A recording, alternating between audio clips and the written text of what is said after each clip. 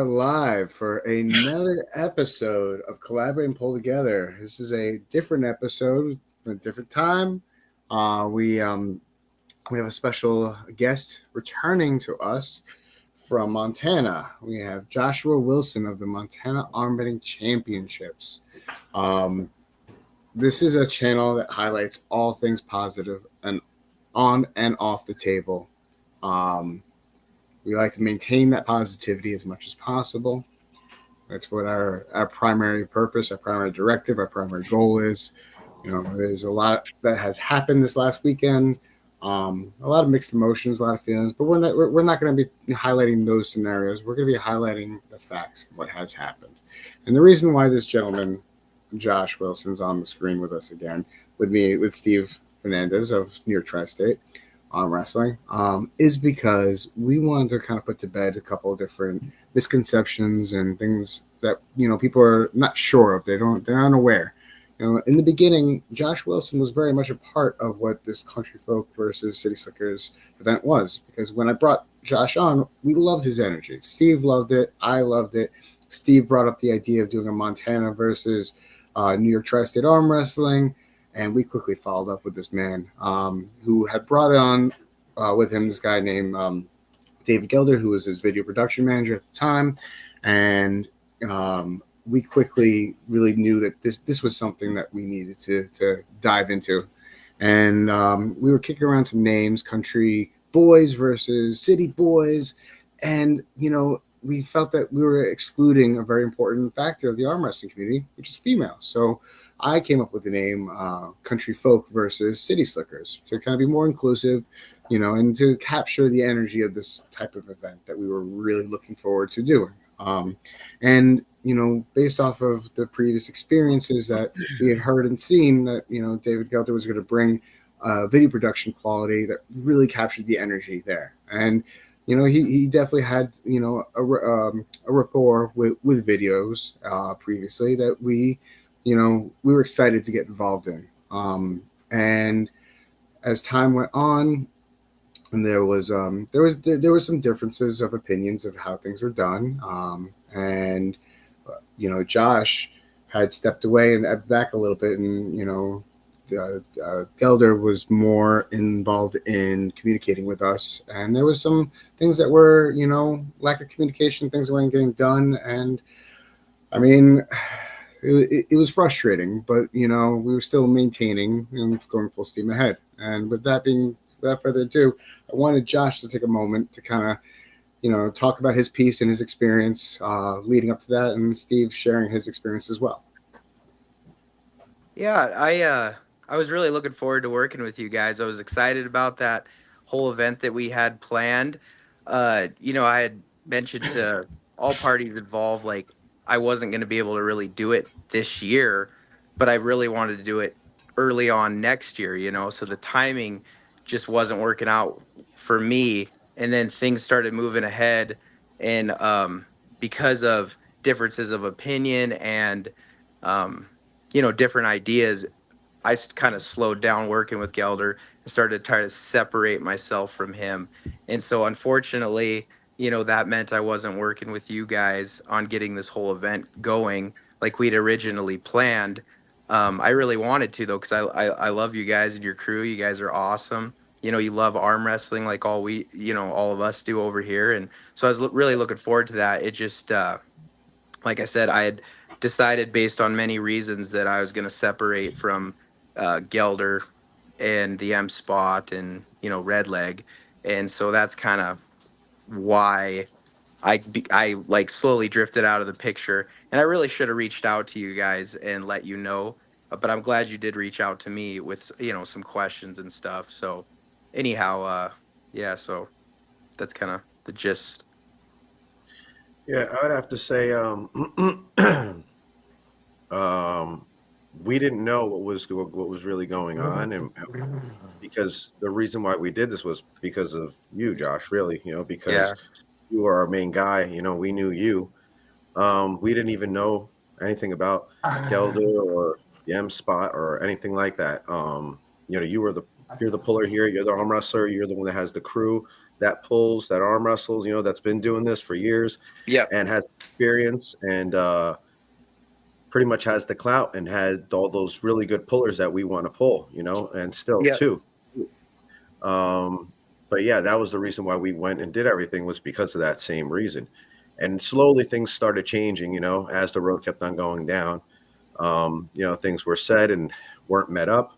And that's kind of how we knew things were a little bit different, because we weren't hearing from you. That's when we reached out and just get clarification to see exactly, what was going on, and to see exactly, obviously we wanted to know what it was all about. I mean, if you were experiencing the same things that we were. And from when we spoke, obviously we were both on the same page, and I hate to say it, but things weren't the way that they were supposed to be, from the beginning, with the whole thing, But when you were on and we were talking, everything was on the same page. When we didn't see you anymore, that's when we kind of reached out to make sure to see if everything was okay. And that's when we got the word that you were no longer with Gelder. Reason being was because, we reached out because we were a little bit worried on what the differences were. We had the same differences, obviously. Like I said, things were said and things weren't met up with between the whole thing, from when we didn't see you anymore till the end. And that's what I really, wanted to kind of let everybody know, just to make sure that everybody's on the same page here and who they're dealing with, And I just like to say, if anyone's going to be going to Montana do anything, I would be going to Josh, who we started with, Joshua Wilson, who we have here on the podcast now, and would be going to Montana Arm Bending Championships. That's, I would say, would be the best way if anything happens. And I think actually me, Josh, and Dan are still thinking about maybe doing something here in New York, doing a City Slickers versus the country folks, obviously, and bringing the Montana guys over here. And we knew Montana had better pullers. We knew this, The differences that we saw, too, were, he started bringing in people from Canada, from Washington, not from Montana, which we were okay on bringing a couple of people, but the majority of them were from different countries. From Canada, Washington, different states and stuff. But it is what it is. And it is important to note that those people, I think, were brought in because of how rushed the event was. To Josh's point, if we had a little more time, we would have been able to procure and secure the Montana talent that Montana has to offer. And that was something that we were actually looking forward to doing. I'm big on planning stuff out. Like, I don't like to rush stuff. Like, I take a whole year to get the Montana arm bender set up. You know what I mean? Because I want to make sure everything's perfect on it. You know what I mean? So, like, I definitely don't like to rush events. I'm in the same boat, man. I have one event a year myself. I host it's just a barbecue, mind you, with a couple matches and a big practice. And I feel the same exact way about that. I envy the people who have the withdrawal, like Steve, who can do like 2 events a month, because he's the goat of freaking promoting when it comes to that. Like, that man's got a head on a swivel. While we're enjoying and experiencing Montana, the guy's got 5 other events lined up, ready to go, and he's making moves while we're doing it. Like, I actually got another super match. It's going to be David Nikobots versus John Hyanowski at the end of that card that you're on, Dan. No way. Oh yeah, man. Yeah. So that's another thing too, man.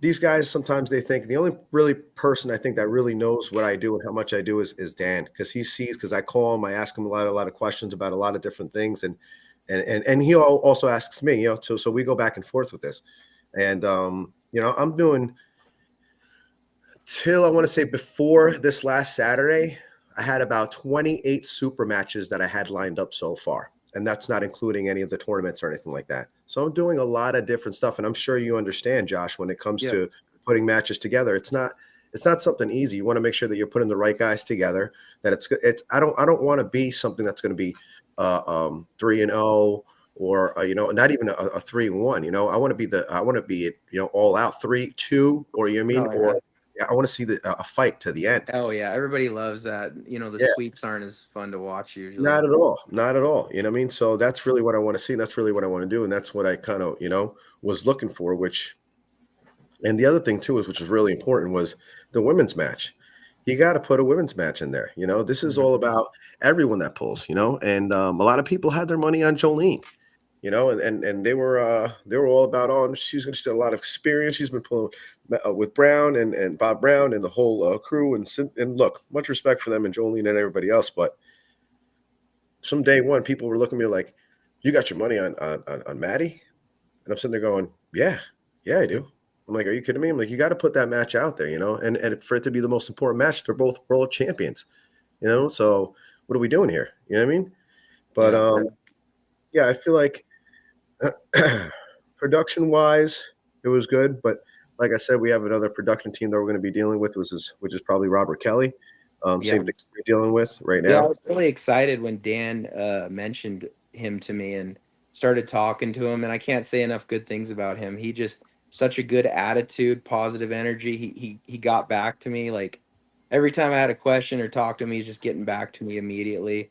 He knows arm wrestling. He's super excited to do it. Just very passionate. Like, yeah, I just can't say enough good about just my experience with him so far.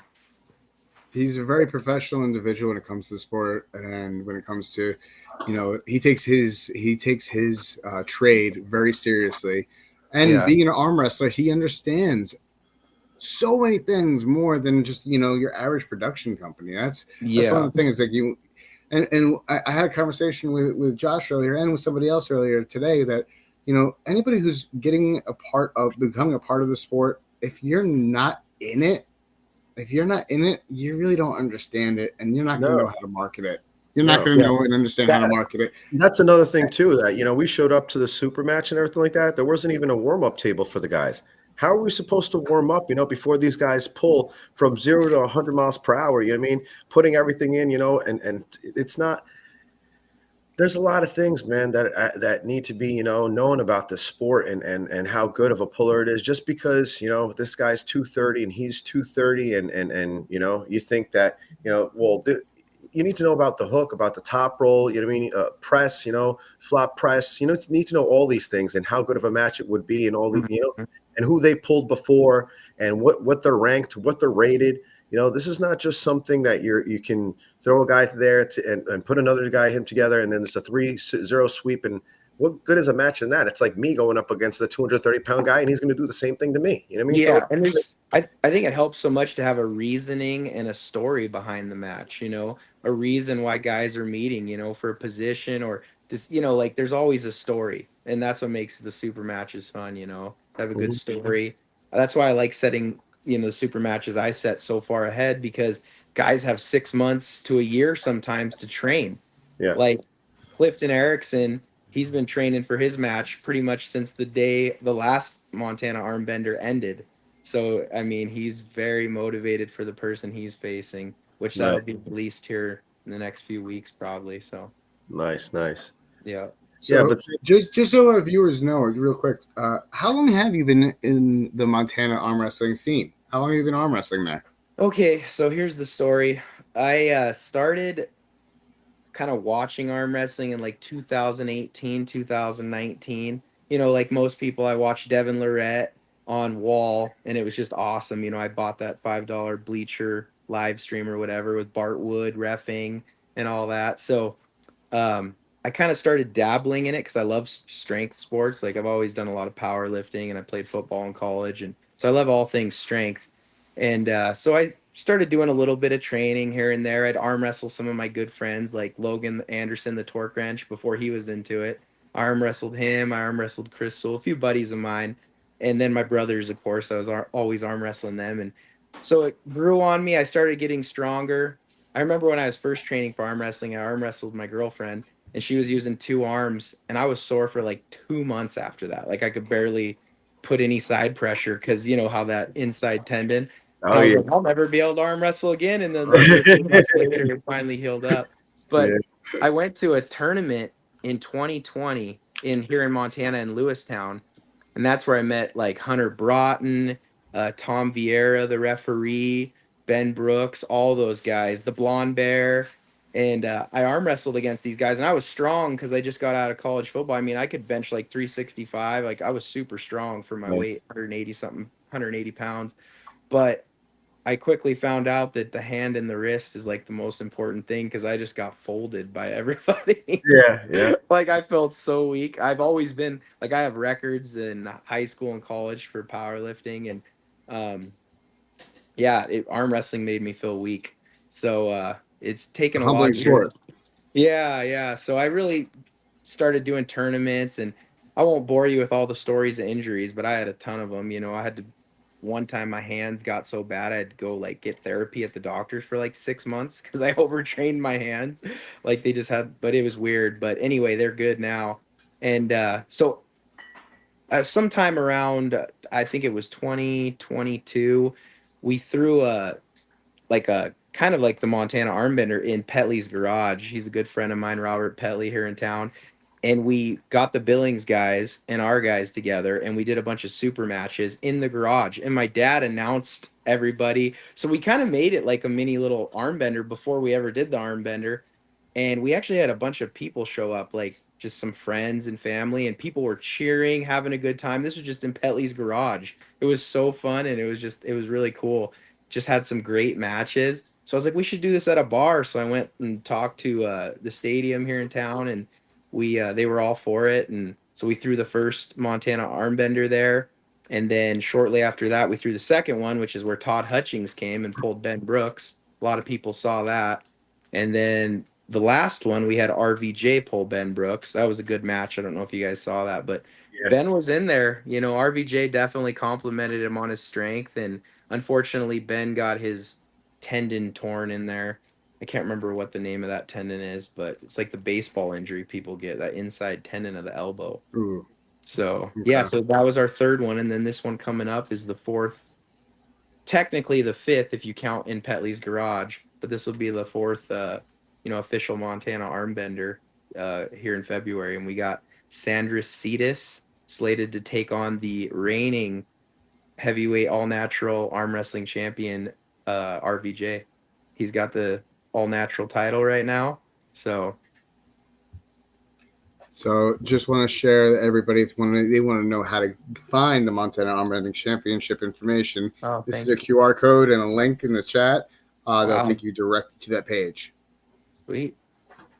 Yeah, if somebody's looking to go to Montana or anything like that, that's where you pull super matches, any kind of tournaments that Josh is running. That's the reason why we joined in the first place from the beginning, was because of Josh. So if anybody's looking for somewhere to go there, trustworthy guy, holds his word and always all good, front to back, I would say go to Josh. We'll be teaming up with him hopefully next year, and we'll be doing City Slickers versus Country Folks here in New York. And obviously we'll be getting everything set up. I already told you I use the best venues around here. Dan, you've been to a lot of my tournaments and super matches. You know, I make sure the best. It's the best. It's the most fun because you know what? It's not in a bar. It's actually in a hotel. It's one of the things that I like the most. As somebody who is, a clean and sober individual, I personally, I've developed a tolerance to going to a bar, but I prefer not to be in one. And so that for myself really does excite me to be competing at, at a hotel or at like a sporting venue that is not associated with alcohol, and I know a lot of people do find, they like that and they get interest in that, but I think we can attract another crowd to it too, a different sense of professionalism, because he also provides food for not just competitors, everybody who's coming. He provides food. He provides for super matches. I don't know if you saw it, but we got rings for the super matches. Like this guy really does take care. Steve really does take good care of not just the athletes, but the audience alike. And everybody just keeps talking about it nonstop. And like everyone's like, hey, wait, which one of those events were you at? I can't remember because I like them all,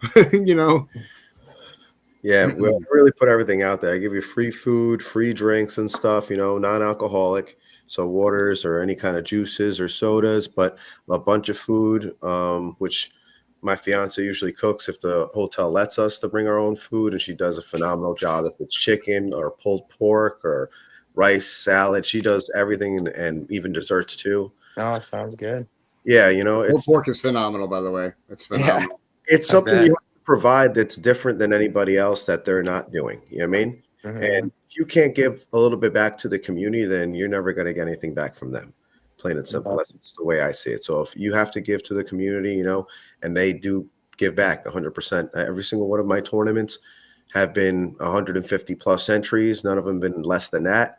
And every single super match that I had so far have been absolutely phenomenal. Yeah. They've been great. They've been top notch. Every single guy has always been. I mean, at the 10th annual New York State Championships, hands down, 2 or 3 of those matches, and I think we only had 5 or 6, not even too many. 2 or 3 of them were barn burners.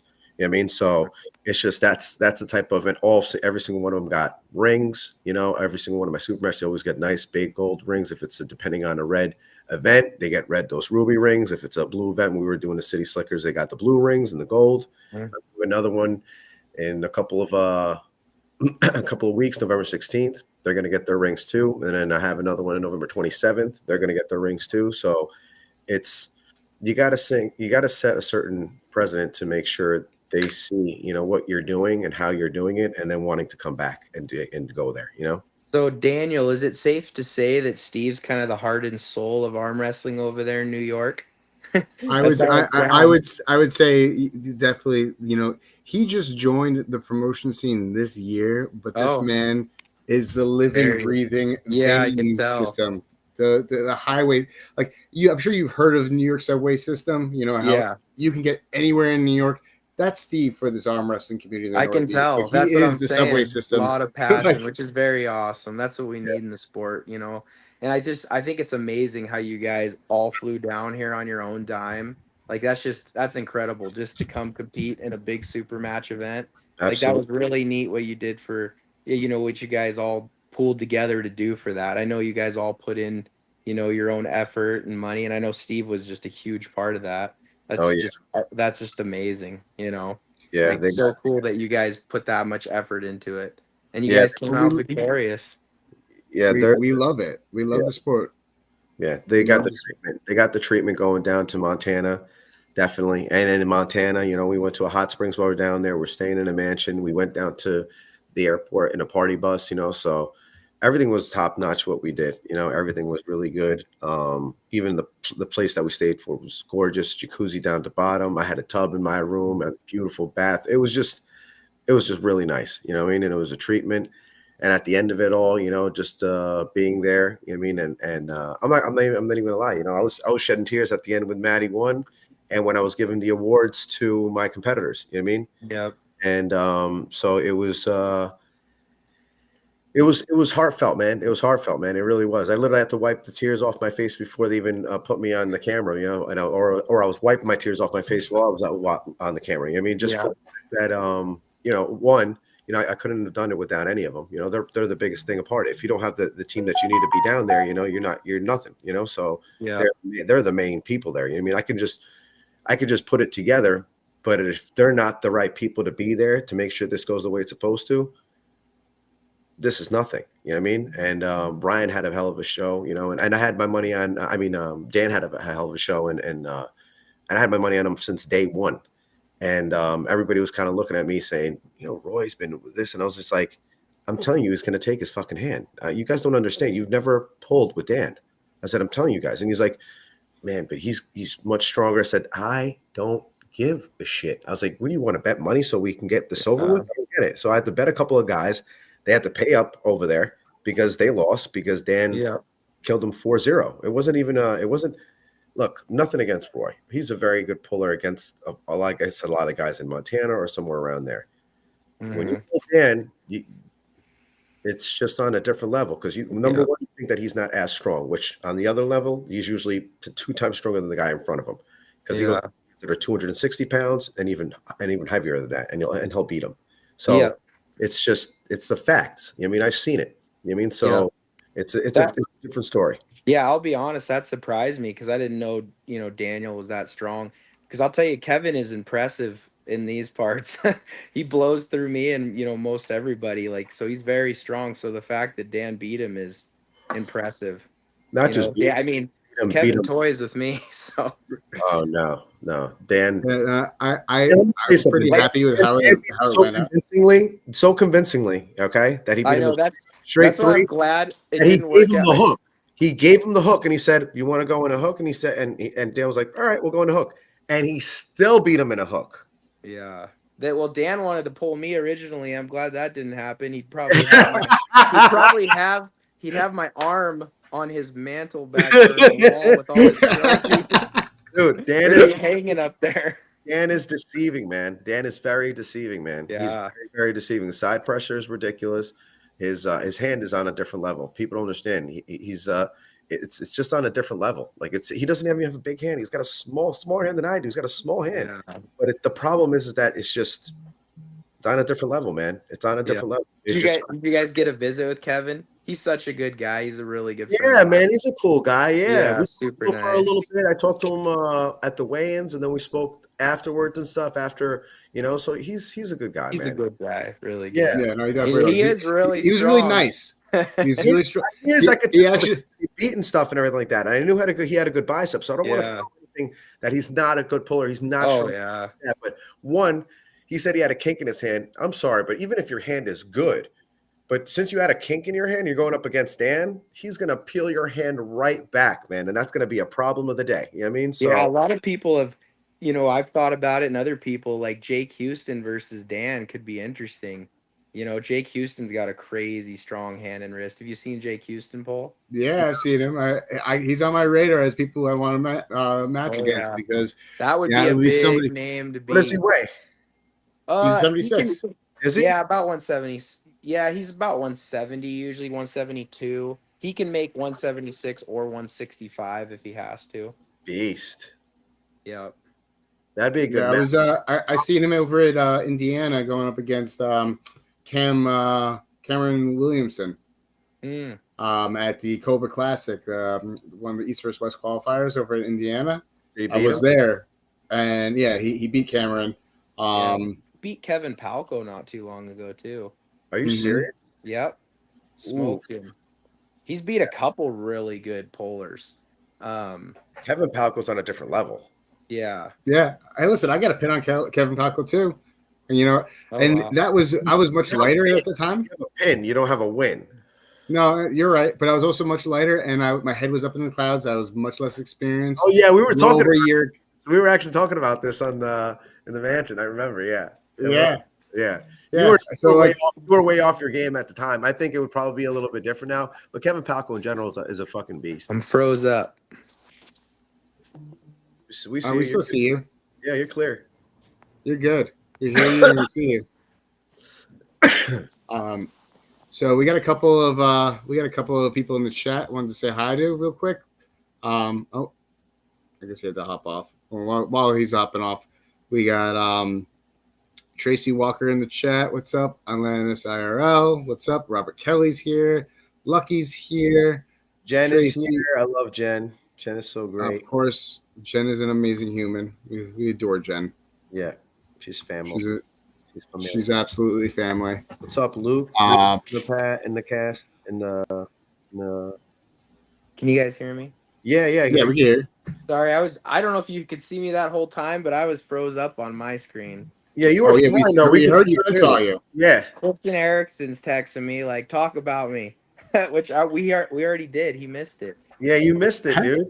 Everybody says you're gonna beat Theory in 3-0. Oh yeah. I don't know if I'm supposed to talk about that match yet. I guess. But anyhow, yeah, he's the one I was telling you had been training for pretty much a straight year for this match coming up. Oh shit, that's gonna be awesome, man. That's gonna be an awesome match. Yeah, he's strong. Him and I, we sometimes video chat and do workouts together. So, like arm wrestling workouts. I use that Crosby that, the one Ryan Bowen always uses. Yeah. That Crosby on the arm wrestle. I love that thing. I use it all the time. Also wanted to just finish with the people in the chat. We got Dan Citrella, who's a one of my training partners. He was saying the reason why I'm so strong is I train with guys that are a bunch of monsters that are 230 plus. He's not wrong. Most of the guys I train with are super heavyweights or heavyweight guys. They don't have as much experience, but I just sit there and I hold them while they're trying to work their hand strength. We got. But even then, you were still working with Long Island arm wrestling, and every single one of those guys are much heavier than you. All of them are 260, that's true. 230, 220, 200. They're all bigger than you. We also got somebody in the chat with a question. Do you guys answer questions? Yes, we do. And his question was, why don't we like the no position gained elbow bobbles? And I could give you a very straightforward answer because it is arbitrary, right? There is, it's subjective. You can't. What you How think big of a bobble is it? How big? Yeah, how big? What do you qualify as a bobble? A jump is a small jump, and it shouldn't be off the pad. You should always be on the pad. That's why the pad is there for, and you need to hit and stay on the pad, and that's what it is. And somebody like an explanation that I want to share that really bothers me and irks me about it. When you ask, why didn't you call that as a foul? And he said, oh, because I saw the bobble before the position was gained. Of course, you saw the bobble before the position was gained because he used the bobble to gain the position. Gain position, right? So that's exactly what you did. You went up, you bobbled, and then you gained. That's yeah. What I mean?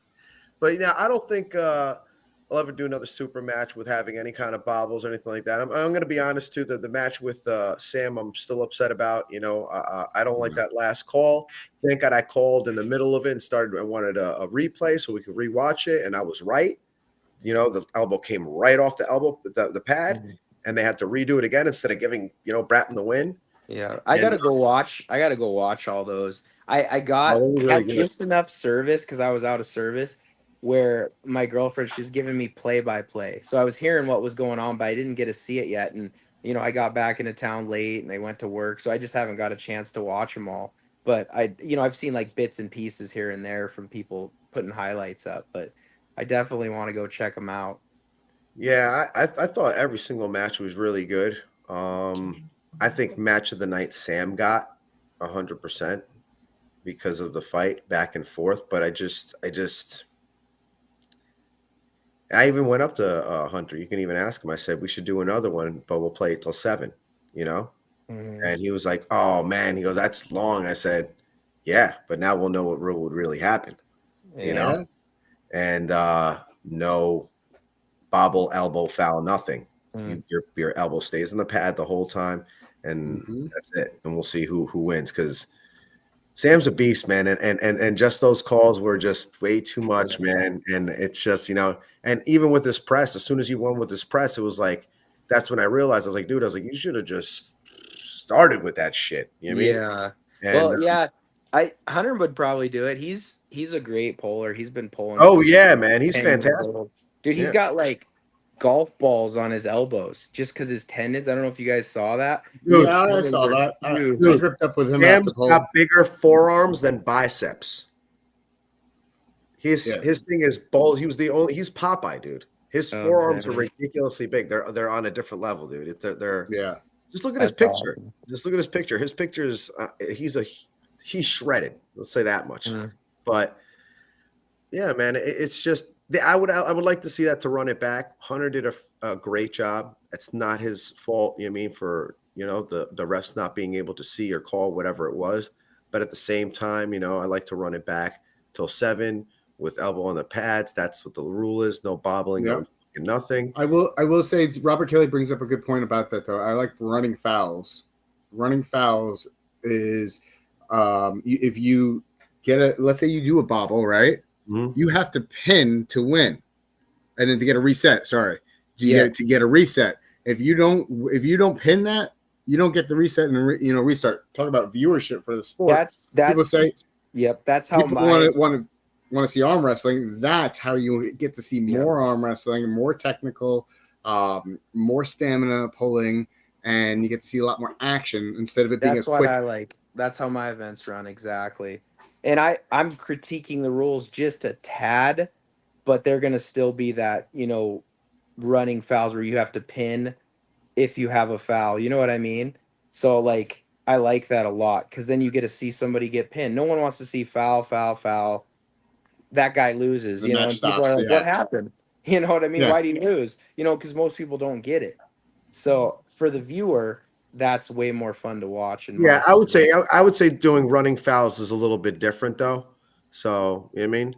If anything, running fouls I would probably do, you know what I mean? But at the same time, I wouldn't do bobbles or anything kind of any No, kind of shit No like yeah. that. bobbles. No, So it's no. funny you say that. That would Like be a foul. I don't want to give too much up here, but I'll chat with you about that. But I'll message you about that. Some things I don't want Okay. to say yet because you know I want to be the person that does it. You know what I mean? Yeah. But it's No, good. It's good. I'll chat with you guys on that. What did you guys think about Joe Fear or Fair? I always oh say it's Joe Fair, man, he's dude. a lot Because stronger He was strong. than I thought, man. A yeah, a lot lot of stronger than I people thought. thought he was gonna lose that, but he's pretty incredible. And Yeah, man. I'm announcing his match within the next couple days here. You guys will be excited. I think Dan has an idea of who it is, but that's gonna be an exciting one when that comes out. Yeah, It's a That's gonna be a challenge. fun one. He's man. gonna be the underdog, but it's you know That's gonna be a good he's one. earned the shot. He's never ever lost at the Montana Armbender. He's pulled all the events and he's pulled tough people, and he shows up and just dominates. He Yeah, really it's comes ridiculous. on game day. So, you know, I he wants a shot at someone big and he's gonna get it. So Yeah, well, he definitely showed up. You know, what I mean, definitely on our night because Roger, Roger doesn't lose to a lot of guys, man. He just beat Uncle John and stuff at Knuckles Up. yeah, So, that's I you know what I heard mean? that and I Yeah. was like, wow, that guy's Mm, high level then because mm. that Uncle John's been getting stronger and stronger. Oh yeah. And for Roger to stop him in his path was like eye opening a little bit. You know what I mean? So Yep. I watched Uncle John way back, like I don't know, quite a few years ago, way before he got big. You know, yep. like before he got all buff. Yeah. But it was yeah, man, he's been pulling for a long time too, and he did a really good job. He did a really good job, but Joe showed up, man. Joe showed Yep. up. You know, it was He's a gamer for sure. Played college football. He did some Oh yeah. wrestling. He's an athlete. He's an athlete. yeah, you could tell. You could tell he was big, tall, skinny, and built. You know what I mean, Yeah, barely yeah, had any fat on him at all whatsoever. He was a yeah. solid fucking guy, man. He is. Yeah, Yeah, yeah, he Yeah, definitely is. he was big in every capacity. He's such a humble person too. He's just a humble, nice guy. yeah. He did a great job, Oh, man. that's one of the things that like Roger, I feel bad for because he's short, and as a short guy, I'm not one of the tallest guys. Me I've neither. competed against these guys that normally they walk around 190, and they're like Oh, pushing 6 feet, but they cut to 176, and they got like 4 or 5 inches on me, and I don't have the it's longest worst. forearms. Yeah, Like I got a short ass forearm, so like the levers that these guys have, yeah. I can feel for Roger in that regard. Oh, yeah. Genetically, it's a challenge. Did you see the match? Dakota Shipton versus me. No, Yeah, I Did you did see see it? that. Oh man, he just kept the high hand, and there's just nothing I could do about Yep. it. Like he's got a deadly setup. He's very was it arms impressive. to get in or That Garage Wars. oh Yep. Yep. Yeah, Dakota, man, he was a problem. And then I pulled Francis at Arms again, and he had a long arm too. yeah? Dakota plays like he's not as strong as shit, whatever, when he's fucking after pulling or Yes. Yeah, no, he sandbags the does. hell out of everybody. he's Dude, fucking everybody hilarious. thinks, oh, I can beat Dakota, and then it's a real match, and it's like, whoa. Yeah, Yeah, Dakota. no, he's one of those sandbaggers. Yes, Yeah, that's what I was yeah. gonna say. He's sandbagging everyone. Yeah. He's super strong, man. Yeah, Super he strong. is. He's a great guy. I like that guy. Yeah, he is. He's a really nice guy. Good Him, attitude. and, Zach Monroe, and All those Canadian guys Parliament. are super nice. They're Yeah, just yeah. good I like people. them. They're really nice guys. I mean, really, all arm wrestlers are. I've hardly ever met an arm wrestler I didn't like. Right? Yeah, that's what I'm saying. I think there's just one I don't like besides that. Actual arm wrestler, Yeah. But 99% of them are good. Oh yeah. Yeah, So, yeah, definitely. yeah, man, it would be cool. I'll have to talk to the guys because I was talking to Robert Petley and Logan and Luke Cody, and we were talking about how it'd be fun to travel, and hit a tournament or something. But it'd be cool too to travel to New York and put something together, Yeah, another. man. So because we could get up there, we could talk a bunch of the big hitters to come, Yeah, and if We'll you bring want, we'll bring a stacked team. yeah, that'd be sick. That'd be sick because I have ridiculous guys here. All Ridiculous. right. You got anybody that's unreal left-handed? Yeah, Wait, Nick Stone. Any Yeah. weight, heavier the better. Nick Stone. Nick Stone. The torque wrench will torque him down. No I don't way. know Oh, about yeah. that. No I don't know way. about that. Wrench, that's my guy right there. So, That's so my you number know who one. Mike Gold is, right? Do you know who Mike Gold is? Yes, I've heard of it. Like Out of Canada? Mike Gold Classic. Isn't there something called the Mike Gold Yeah, Classic? yeah, out of Yeah. Canada. He just had a match with him and destroyed him. Destroyed him. Oh, He didn't want to disrespect him at the third round. He was sitting there just going, He could have had a tea party afterwards. and he Yeah, just during put the him whole down match. slowly. It was a Yeah. little embarrassing because he didn't want Man. to. Oh, Because usually he's- if it's 100%, he flashes you because he puts Yeah. everything in, but he didn't want to, do it that bad to make him look that bad. The torque wrench might be ready in a few months. I'm Yeah. telling you. And then I wish Ben Brooks would be healthy. Man, his right arm was something special. I don't know How if much you does guys Ben watched weigh? Is he a heavyweight? Ben Brooks. Yeah. Yeah, he's the one that pulled RVJ. Did you see that? Oh, okay. Yeah, He yeah, pulled yeah. RVJ. Man, he is Big Ben Brooks. I got so strong. I mean, he can roll when he's healthy and not injured. He can roll through everyone in Montana back to back, like 3 times in a row. I've seen him do it many times. I got So, Steve for right hand.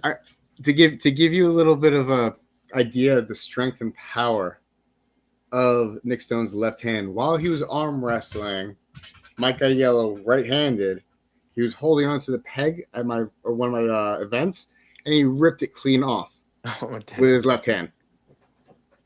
He ripped the peg clean off. He was like, "Oh damn!" He looked at it. It was one of the funniest things. Logan will take him. Logan, if you're listening, that's your next guy right there. Poor Logan. He broke his arm 2 years ago. He has not competed since. Yep. But he's been training hard. He's stronger than he's ever been left-handed, and he's going to try to make a big comeback at the Montana Armbender. We're all excited for it. Nice, man. Yep. That's awesome. Yep. He's it's tough I can imagine it's really tough if you break your arm wrestling, mentally to come back. I'd have a hard time with it. Yeah. Just snapping your arm. Oof. I think that's all of our, kind of worst fear. None of us want that to happen, right? Right. It's true. Speaking of next match, we got Luke Polcher in the chat asking you, Josh, does he have to come out to whoop my ass for you? Ooh. Is Luke's a little heavier than you, isn't he? Yeah, I was gonna say, Luke, man, you gotta come down and wait if I'm gonna ever consider facing you. Dude, Luke, come down and wait a little bit because I know how. Listen, you're a tall order. I know you're used to be a 176 guy, but you, sir, are a tall order. But I will turn down a match. I was gonna say, how big is he though? I think he's like 180, 190. I think 190, 198. But he might be able to make less than that. I don't know. But here's a cool story for you. Little guys, man. my second tournament ever, I think it was. I pulled his son, Wyatt. Oh yeah?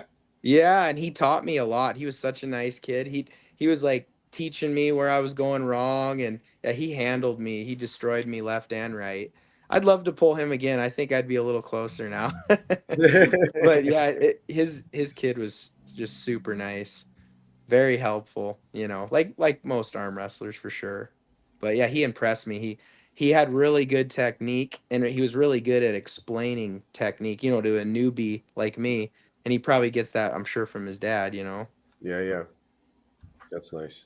Good arm wrestling family right there. Yeah. That is awesome. I didn't have the opportunity to grip up with him at nationals, even though I met him. I would love to have done so. Yeah, I saw him eyeballing me because I went up against Simon Barachoa, but I definitely I was out of my element with Simon. I think that I could have given, if I tried something different, I would have gotten a lot better. Oh, he's heading to 176 by February. Luke's What? saying he'll be at 176 by February. I don't want none of that. 176 by February, man. I might be able to come up with a match for him then. Wow. We should do it then. That'd be great. Yeah. Man, 176. If he made that, wow. That would be, yeah, there's a lot of guys that could be interesting. What about Jake Houston versus Luke Polsher at 176? That would be crazy. Or we do a 3-way round robin. Whoever gets the most pins. Throw Dan in there. Luke, with me, Luke, and Jake. Oh, that could be it. That would be interesting. That would be a very interesting match right there. Yep. I think that would be a true battle. You know what though? I'm probably going to need 3 months off after I'm done with this December because I'm going down to Lorraine Jenkins American the Great American Bash with a 30-man, 35-man class. You know, 176 right and left. So I'm gonna get beat up pretty bad there. Yeah. I fully anticipate that. That's what I was trying to say before. Hunter Bratton's going for the 154, and so is Garrett Tupper. Yep. Oh yeah. That's gonna be a good match. Yep. Yeah. You know, Hunter Lorraine Jenkins, he always posts stuff, you know, about promoting and all that. And I always message him because whatever he posts, it's kind of strange. It's like whatever he posts, I'm usually going through the same stuff he is. I'm like, this is so crazy you posted this because I never even met him. But we've talked a few times just because, you know, I'm like, man, that post just hits home, you know. But I don't really know him. I just know he does a bunch of really awesome events. Yeah. A lot of round robins and stuff. He's been, which that's cool because that's what you guys do. That's what you want to do. Introduce the whole community and get everybody to know each other, working together.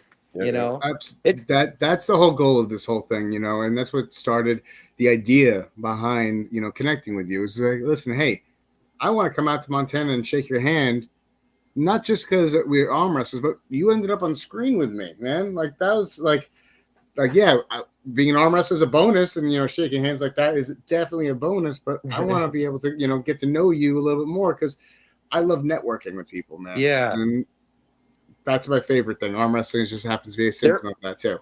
Everyone's connected. You know, it's crazy. I mean, Luke Polsher, just you know, I know he refereed Devin Lorette and Hermes. You know, so we're all connected. Like we all know somebody who knows everybody else in arm wrestling. You know what I mean? Yeah, like everybody knows everybody in this sport. It's true. And you know, it would be cool. I talked to Lorraine about this, and I know everybody's talked about it, but it would be super cool. It's kind of maybe a pipe dream, but to like unify the sport, you know, to where we could turn it into something huge. Because that's the only way you could really do it, I think, is if you had a unified rule system, unified leagues, unified everything, you know. And I'm not even saying maybe that's the best way, but it's interesting thought, you know. Well, it's one of the. There's a way to do something like that where everybody could be able to, but everybody does so much different shit. It's yeah. Everybody's got different ideas of what they want to do, which is fine, you know. But like, you know, you look at like, I don't know, like the NFL, for instance, you know, everything works together to lead to the NFL, you know, or like, you know, any sports in the Olympics and stuff, you know. One of the things that I'm seeing happen though with us traveling like we're doing, we're seeing other entities in other parts of the country doing in similar fashion. Like I saw just last night, California, Arizona, and Washington State, they're collaborating together for the North versus South event. They're building up teams and they're trying to incorporate different matches with each other and build up like a traveling team, if you may, similar to what we're doing. So that's one way to unite in a certain degree because you get the best of the best from each nation, each state or region. And then you find out who really is the top dog in that weight class, you know, who travels the most, who's the most hungry, who's willing to, you know, put themselves out there, you know. In that regard, you can unify who, you know, the weight classes in that regard and have a squad team that's willing to put themselves out there. Because not everybody who's really good is willing to put themselves out there and take a loss, right? Yeah. not everyone is ready for that kind of energy or that kind of dedication, and that's fine. You could be the best person in your state and not want to travel and leave the comfort of your couch, but there's somebody out there who's going to do that, and Steve is really giving a lot of and others in the community. I got a shout out to Flash Pin down in Texas as well. They're giving I've seen their stuff. All these opportunities to people that may not be able to get out, and maybe at some point they will be able to get out because there's enough funding behind it. And I think that we're seeing a new evolution in the sport of arm wrestling, and it's pretty cool because you get to see a bunch of Northeasterns going over to the Northwest to take them on in a super match that normally would never compete against each other. Yep. Yeah. Yes. Oh, go ahead. I was just going to say, just going to different state to state, like we'll be going to Florida next. And it's, I just want to go up against the best guys and it's a league that, I'm doing, so it's pretty much whoever loses, is out and I'm going to get somebody new. And let's just say, for instance, if they want to buy themselves back in, they can and go up against a super match against the guy that I picked, and whoever wins is back on the team. So there's ways to get back on the team, or you can wait 3 turns, and then you can come in and come back on the team. You know what I mean? Mm-hmm. But winners, everybody stays back on, comes, travels, goes to wherever we got to go, and it's just you got to see, in state to state, put the best against the best, so at the end of the day, when your rankings and your rating systems and everything else, you want to put everything else together so it's going to be more professional and do it at a spot that's going to be like we just did, or like I was doing before at the hotels and everything like that. You want to bring it to the professional level, so where people want to go to your events and want to be there and want to be filmed like that and treated like that and next level, Yep. And what else I've thought about, the reason like the NFL, the Major League Baseball and NBA, there's like a dream ending. So if there was that in arm wrestling, guys would go compete for free all around. Oh, sorry, I broke up there. Can you guys hear me still? Yep. Yeah, we're good. You're good. All right, I'm back. Sorry, where did I cut off? The dream. Yeah. So if there was that big, guys would go compete all over for free if there was like $1 million prize at the end of the tunnel. You know what I mean? Like that's why people fight so hard to get to the NFL. It changes your life, right? Or the NBA. It's life changing. In arm wrestling, I don't think we really have that even at the highest level. I mean, I've talked to Todd Hutchings and people about it. Like they don't make enough money really to live off of. Right. Per se. I mean, they, some of them make more at their jobs. So right. I think Devin lives had off that like $1 million prize or whatever. Guys would sacrifice time. They'd fly their way there. They, do whatever it took to compete in the league that got them to that chance at the big prize, even just the chance. You know what I'm saying? Right. Like Russia and Bulgaria is like that. They literally, work. Their main thing, they get paid like 100,000. They get paid good money to be arm wrestlers in other countries. But I think I've heard that, but I didn't know that's actually a thing. Which country do I got to move to for that? Russia, I'm packing my bags right now. Let's go. Yeah, let's go. That's a lot of countries do that, but not here. I mean, the sport, for them would be arm wrestling. The sport for us would be basketball or baseball. Mm-hmm. Or football. That's different. I mean, it's over there. That's what's arm wrestling. That's one of the sports. That would be Bulgaria or Hungary, Turkey. I mean, Russia. They all have different. Yeah, it's just a different way to live life. But that's that's why they're so good, though. You know what I mean? Yeah, arm wrestling. So arm wrestling's so hard to understand. Like I've began to love it more and more each year as I understand it more. Like you don't realize how many levels there are until you get out there and start pulling everyone. And you realize like from me to Jake Houston, there's a ton of levels, and then there's a ton of levels above Jake Houston in our weight class, up to like Giannis Amelins. You know what I mean? Yep. Just Crazy. tons of levels, and just the technique, and like people just don't understand the sport. Mhm. Even the people that watch it quite a bit don't fully understand how much there is to it. Right. Unless you're Yeah. training for an hour, 2 hours a week, or every few weeks, and you're pulling with really experienced guys, you won't ever really quite understand the depths of arm wrestling. I mean, True. it can be simple, it's grip up, rip to the side, but there's so many other ways to do it that can be effective. Yeah. It's chess, not checkers, right?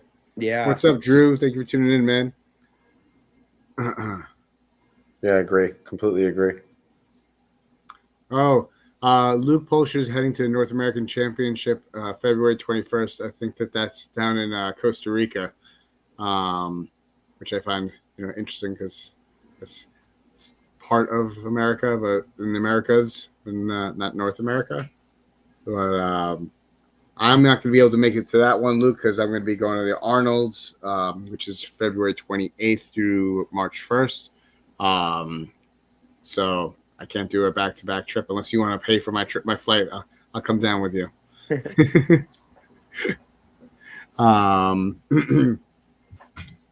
So to wrap up today, I just wanted to just kind of reel it back in a little bit and just say, when you want to do anything arm wrestling related, Joshua Wilson's the man to touch base with. He understands the sport. He's who we initially touched base with that we were going to be working with. And he's who, has given us a lot of guidance, even, behind the scenes as well. Somebody who I am very, very eager to work with again. And I can speak for Steve as well, because we've talked off screen actually about it many a times, that we are ready to work with him in the future and excited to do so. Thank you, guys. Thank you. Yeah, absolutely. It's one thing to talk, but to walk the walk at the same boat, that's a whole different ballgame. And it goes a lot further with us because, not for nothing, one of my favorite things about Steve is that he's an arm wrestler as well. He tries his best. He trains for it. He's got tools at his house. He asks a lot of questions about how to improve his game. So he is, not only is he one of the people that takes really good care of anybody who pulls at his events, or anybody who, commits themselves to pull at his events, he actually is very committed to the sport and learning the sport for himself, because he wants to get himself to the next level as well. So I can see that. Talk about well-rounded passion. Yeah, I can see how much you're kind of the heart and soul over there, Steve. I can really see that. And that's why I was glad Daniel recommended Robert Kelly, because he knows the sport. He's done it. He knows where to cut, how to cut. You know what I mean? And he loves the sport. So on that same token, I appreciate you recommending him. That was, that's going to be our guy now. My pleasure, man. It's my pleasure. Keep it in the family. You know what they say? Yeah, absolutely. Yeah, no, you two are great. Every interaction I've had with you guys has just been class act. Thanks, man. I appreciate it. Same here, man. Thank you. I'm just going to throw up that link again real quick so people know where to go when they want to go to Montana. They go ahead and they reach out to Montana Armbender Championships page. This guy will guide you in the right direction. He's got a lot of good energy, a lot of positivity. He will take good care of you. He'll take good care of any questions you may have. Steve down below screen will do the same thing anytime you're in the tri-state area. If you want to compete at any event, this man has his hand in it some way or some form, whether he's running the event himself, co-hosting the event, or helping out with setting up super matches. This man, as some people so kindly call him, he's the Dana White of arm wrestling. That's I really awesome. do think that this man is going to be a game changer, because there isn't many people like him. Yeah, he has a ton of duplicate passion. or replicate this man's passion.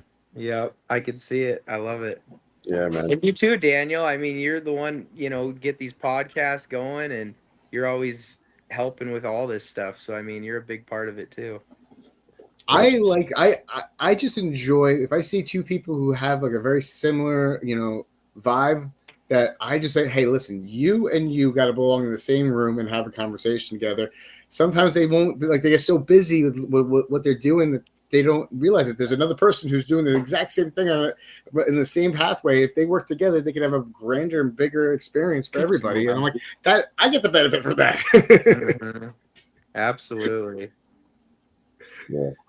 Because I am part of the community, so I'm selfish to a degree, because all my main goal is to widen the pool, grow the sport as much as I possibly can, so that I can get better at the sport that I love to participate in.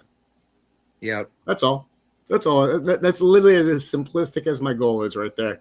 I want to see it grow. I train people to beat me in my practices so that I have to learn a new technique so I can beat them again. Yep, that's awesome. That's great. Well, I think we're gonna sign off with being live. I think we covered a lot of ground. Make sure you tomorrow tune into What's Next for You with Mikey Oliva, Ryan Grondin, Paul Italia, and Jody Williams' podcast. You're gonna see Steve Fernandez on it. Tomorrow is my birthday, so I'm gonna be enjoying it. I got a couple surprises coming my way, so my wife told me that I'm not gonna be available to be on screen at all. That's why we're doing this late night tonight. I look forward to seeing them, though. I'll tune in. I'll try to sneak a peek every now and then and get in the comment section for those podcasts. Again, Josh, thank you for coming back on. Steve, you know the drill, man. Steve, should we sing happy birthday to Daniel before we leave? What is this, Applebee's? Daniel. Just embarrass him a little bit. Hey, tell Jody Williams hi too. I like that guy. He's always been super supportive. He's called me. He's a great guy. I like Jody Williams. Yeah, he is, man. He's a nice guy. You got to flex for the end of the show. That's a good one.